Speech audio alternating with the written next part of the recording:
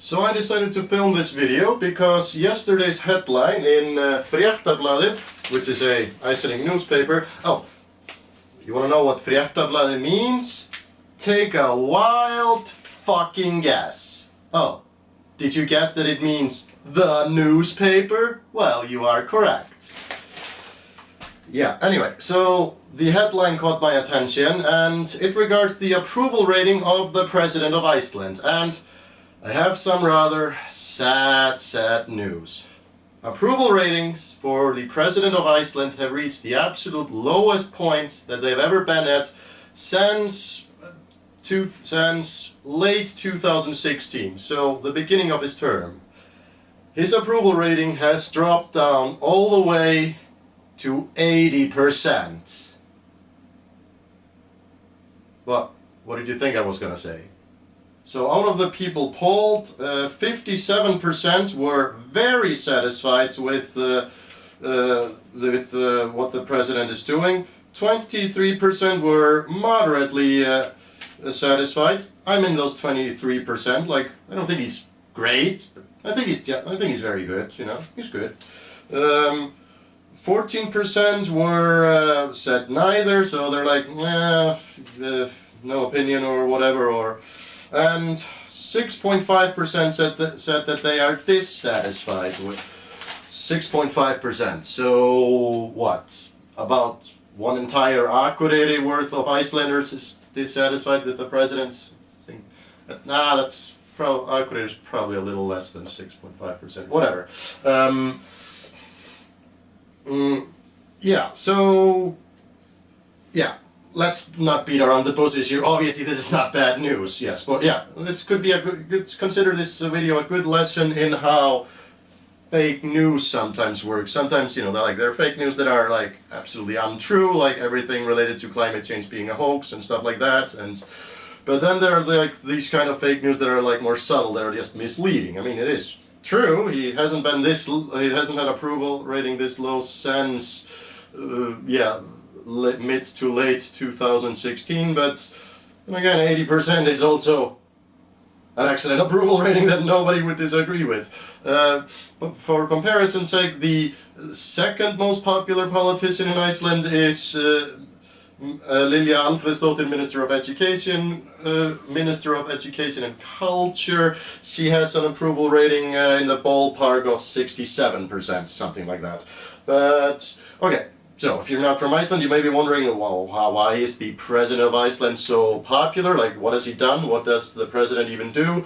Well, the thing is, the President doesn't do that much. I mean, he is. That's the most important thing. He is. He doesn't do stuff, he is. He is the head of state. Now, you know, I've already made a full-length video about, you know, all Icelandic presidents, if you want to check that out, but basically the president forms governments after parliamentary elections. Technically, he doesn't form governments. He instructs he gets an MP to set up a cabinet. Usually, the leader of the largest party, but not always. Okay, he can technically point whoever to form a cabinet, but yeah, that's his main task. Secondly is, yeah, just to be the head of state, you know, to be a unifying symbol for the republic, and he also signs the law which the government passes into order, meaning when he signs them, they take effect. And another important fact to mention is that the president pretty much always signs all laws into effect, except if you are this guy. Well, let's talk a little bit more about Guðni. So, how does he stand out from the other 5 presidents of Iceland that preceded him? Well, I don't know, he's just a very nice guy. You know, he's your nice next door neighbor kind of president. I think that's his biggest appeal, in my opinion. He is like, he's kind of woke, I guess you could say. Like, you know, he talks a lot about people that are not getting, you know, people who need to have better health. Talks about, you know, getting better health care, better social welfare and all these things. But Vissulega getum við alltaf gert betur á öllum sviðum. Hag margra þarf að bæta, fólk á Íslandi á ekki að þurfa að líða sáran skort. Góða heilbrigðisþjónustu má gera enn betri og tryggja ber að landsmenn njóti hennar jafnt, óháð búsetu eða efnahag. Enn verk að vinna í baráttu fyrir jafnrétti kynjanna og mér stendur nærri að nefna menntakerfið, grundvallar þátt í lífi einstaklinga, fjölskyldna og þjóðar. Innan þess eiga allir að geta fundið sér farveg og nám við hæfi án þess að fjárhagur hamli för. Of course, Guðni used to be a historian, a political historian before becoming president, so he's also, this kind of president that literally wrote the book on how to be president. So yeah, or maybe he wrote a biography about some president at some point, I can't remember, but he has written a lot of biographies and a lot of stuff about Icelandic political history. So yeah, the guy who wrote the book on Icelandic political history is now running the country, which is fantastic. As you can see in the approval rating, and like I said before, I am one of those who very much is in favor of him. I'm not one of these 6.5% losers. Like, okay, they're not losers, they just have a different opinion than me, I suppose. I don't know. Because there's so few of them, I've never heard any direct criticisms of him. Okay, I did hear one. I once heard somebody refer to him as a wuss comparative to his predecessor. I don't know in I don't know in what context. So yeah.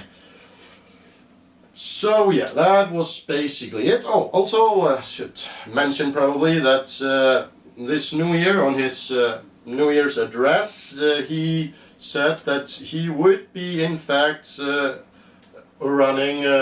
That he wants to continue on as president and into his second term. It should be noted that no one has ever challenged a sitting Icelandic president in their first term, and honestly, would you go up against a guy who has an 80% approval rating? So, yeah. Okay, so this was fun, as always. I hope, like and subscribe and share this video. Anyway, I'm gonna go get shit-faced. That's what I do after making videos, usually. So, reporting to you live right now. Unless you happen to be one of the majority of Icelanders who reads Fréttablaðið, you will already know this story because this is old news. The president has an 80% approval rating. And I am using a bottle of whiskey, wine brand, as a microphone. I am not a very good reporter.